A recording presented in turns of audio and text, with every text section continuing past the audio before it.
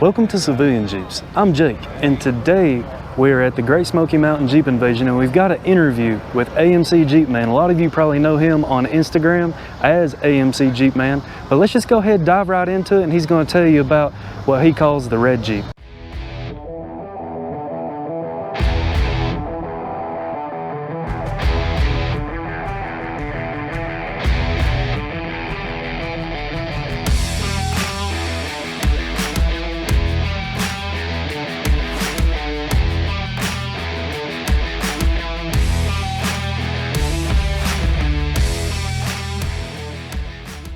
All right, so go ahead and state your name and where you're from and what have we got behind you there?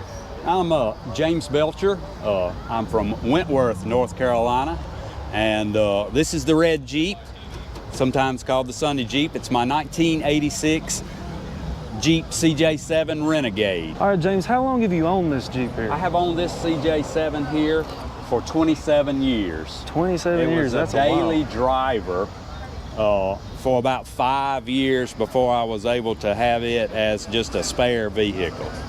Wow, so you put some miles on this one. Yeah, it's got almost 90,000 miles on it right now. So what would you consider this Jeep? I think this is like a modified Survivor. That's a good description. The tub and all are all original. This is the garnet interior that came with it. We've had to recover the seats and couldn't find the original material back then, but all of this stuff we've tried to preserve, and there's been no really molesting of the tub.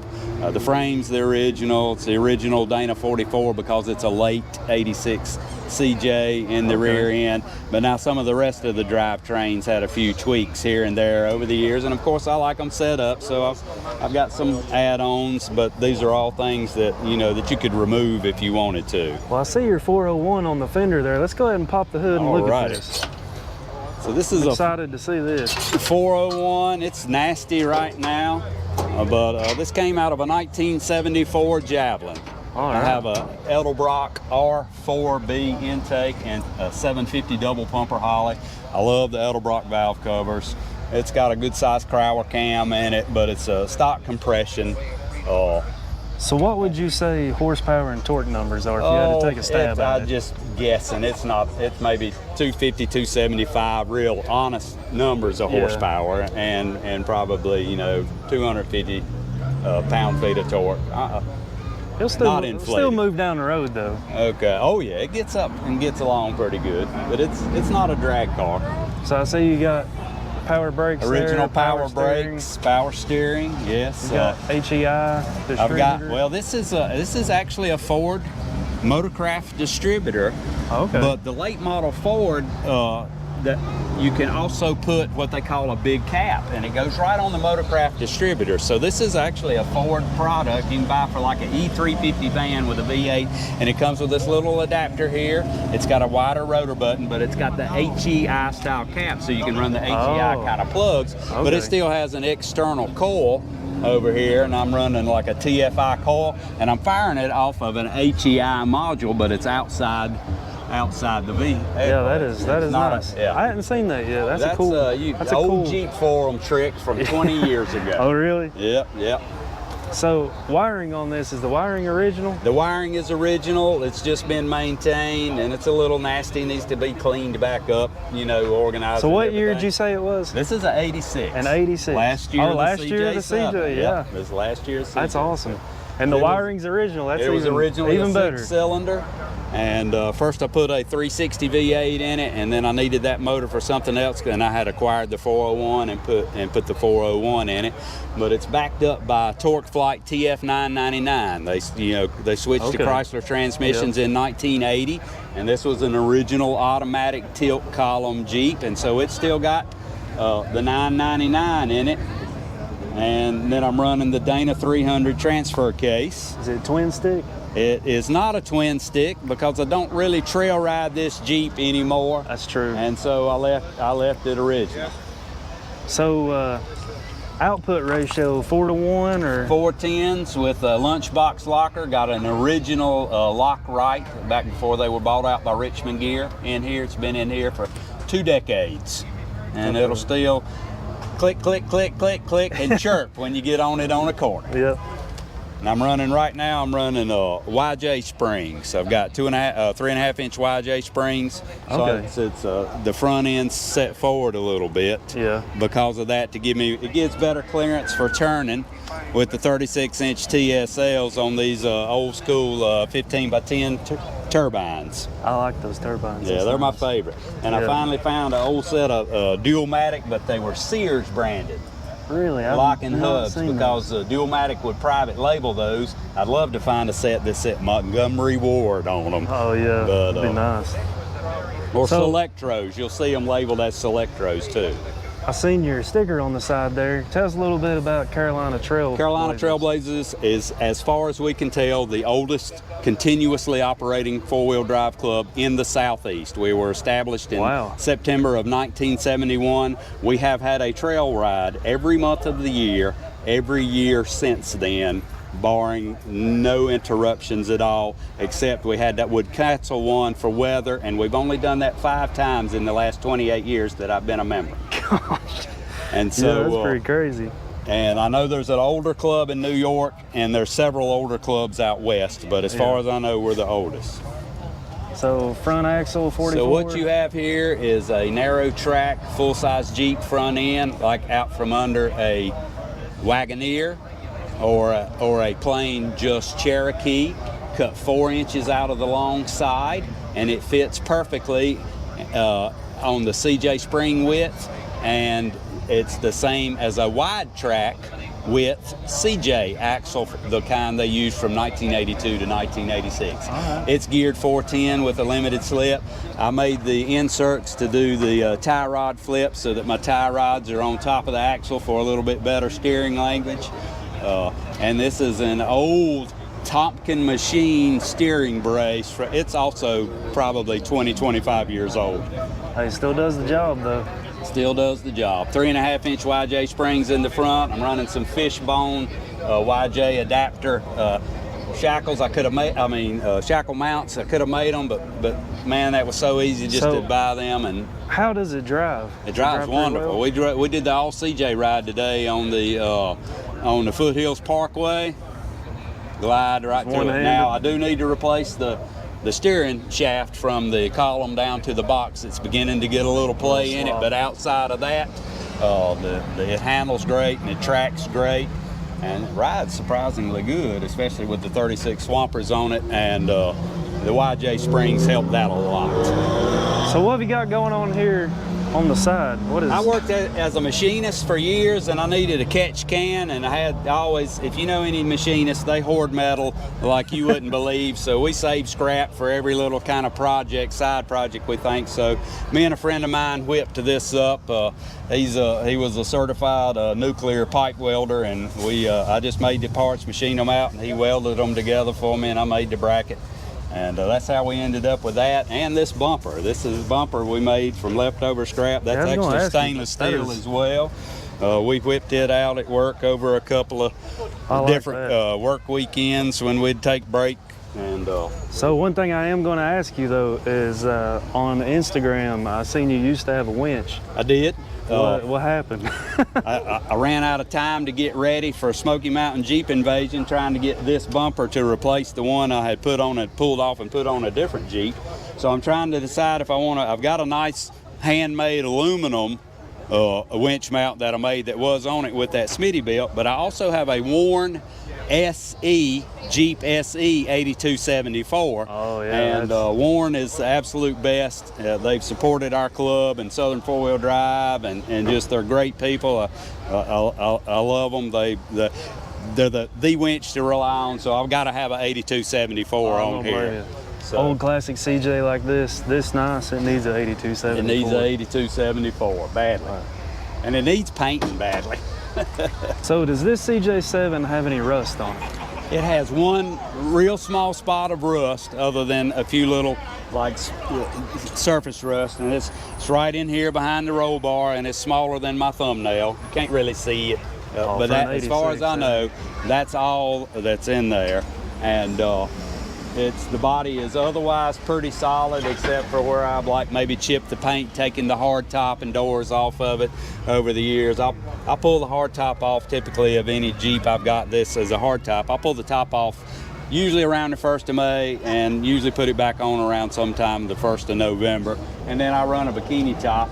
I found this years ago. They originally made these for like YJs, but they also sold a little bracket kit. Oh, that is so you cool. could run that, because I had a daughter at the time, and when I daily drove it, I need something in the summer to keep the sun off of her. Yeah. So this is still the original garnet folding tubble rear seat here in the rear end. It's one of the things I love about this Jeep. I love a red Jeep. Yeah. And this has got the garnet interior, so it's red. I've had to have the surface of the seats recovered, and at that time, that was before the internet days, couldn't find any of the original type of denim material to replace it. My upholsterer just didn't have access to it, so we found something that's not a good match, but I think it's got a good look. And the Jeep's not 100% original. Oh, it's got character. It's not a true survivor, but it's in pretty good shape. Still got the garnet console, garnet dash, original tilt, automatic column. All of the gauges are in it are original. Now this one was not optioned with a clock or a tack. And at one time I had a little tack that was you know, the old Sun that bolted on with a clamp to the steering column, but I've taken it off in hopes of finding something better. But and I won't cut the dash, so I've saved this old school radio. It's probably older than a lot of the people up here. Might be older than me. And it does pretty good for what I want. But got some old classic Jeep. They're not the Americana mats, but they're old, I like old those. school mats. No, and they're from the 80s. Yeah. They're period correct for the Jeep. I like a lot of period correct accessories. If you see it, use the old school wheels. You know, this bumper is not a runk, but it's patterned after the runk. It was made by some friends of mine. Ran a business called Big Daddy's Off-Road. And one of the guys that was with that company, he's no longer with us, so I feel fortunate to have a couple of his bumpers. I got them on the front and rear of my LJ, and I've got them on the rear of this one. And I won't ever pull this one off. No, I wouldn't. That looks very solid, and it looks nice on this Jeep. Really fits the vibe of this CJ7. Well, James, what's your favorite upgrade that you've done to this CJ7? I'm not gonna lie, that's probably the hardest question to answer, but it has to be the 401. I'm an AMC guy, 100% tried and true. I bleed AMC red, white, and blue. And so if AMC made a 425 and that was the biggest motor, I'd have a 425, but they don't. They make a 401, so I had to have a 401 in it, and it's just a lot of fun. And you know, 401 in the AMC community's got a little bit of cachet to it, so it's neat. Yeah. You know, I got a 360 or a 3 up. No, it's I got a 401. My favorite number is 401. So what's some one future upgrade that you want to do to it? Well, the biggest thing would be, I know a lot of people try to say it's patinaed, but to me, this paint is dead. I've shined it up. This is shined up as good as it will shine to get up here in Jeep Invasion so I could be in the show this weekend, and you can see that oxidation is terrible when you don't have, this is like 5 times waxing it, trying to buff it and cut it and stuff like that, but it's just chalky. You can, like when it dries out bad, you can scrape it off with your thumbnail. That's what all of those poor little things are. Yeah. I really would love to get it repainted so it was shine bright like when I first had it almost 30 years ago, and restripe it. And I want to take the YJ flares off of it that I had when I trail rode it, and get this fixed, put the CJ flares back on it, and make it look all CJ again. Yeah. So do you have any known issues with this Jeep? There's a few little issues. Obviously, if you've watched my Instagram, AMC Jeep Man, you see that the day I actually got up here, I noticed a wheel cylinder leaking. And that's because, sadly, for the last 2 years, I only put 78 miles on the Jeep. But my goal is to change that back, because literally this was my daily driver for years, and I want to drive this Jeep every week. I have a couple of other CJ7s, and I want to drive them. I want to drive them in rotation. I want to keep them going. I want to have it back reliable and ready to go like I always used to. So the biggest things I'll be doing is trying to move towards getting everything, just maintenance issues, you know, keeping everything up to date, making sure all the lines are good, the belts are good, the hoses are good, everything, because it runs good, and there's not a lot of mileage on the motor or the transmission or anything like that. So I want to bring it back to that, just get in and hop in it and go, and my goal is to drive it every week. So is there anything that you want to tell the viewers, CJ related, but maybe not even this CJ, like what, your Instagram is AMC Jeep Man, I'll put it on the screen here. Do you have anything besides Instagram, or is that it? Instagram is my main thing. My Facebook is just my family stuff. It sees a little bit of Jeep stuff, but I'm on all of the old school Jeep forums. I'm AMC Jeep Man. I don't post much on there, but CJs have become my passion. I've always liked all four-wheel drives. I have a Willys, I have 5 CJ7s, 2 Scramblers, I have a LJ, my wife's got a JK, my son's got a JK, I've got a J10, I've had XJs, I've had ZJs, I've had over 100 Jeeps, but this is what I want to do. I love CJs of all kinds. Bone stock, perfect, just mint like they left the showroom floor factory, or ones that's got rust holes in them that barely run, that's got a 6-cylinder 3-speed, and you can see through the floorboards. I love them in every condition. That's a true CJ man right there. Well, I hope you've enjoyed this interview. You know, we really need to fire this thing up and let them Doug Thorley headers, let that 401 talk a little bit. All right, go ahead. Go ahead. Let's see if we can get it to fire. Believe me, sign language. Him no sign language. That was a good one. Yeah, we all. That was a good time.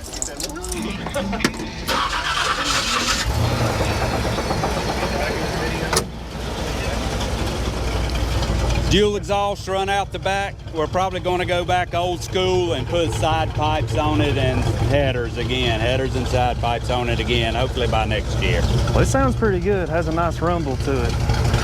Letting that 401 sing.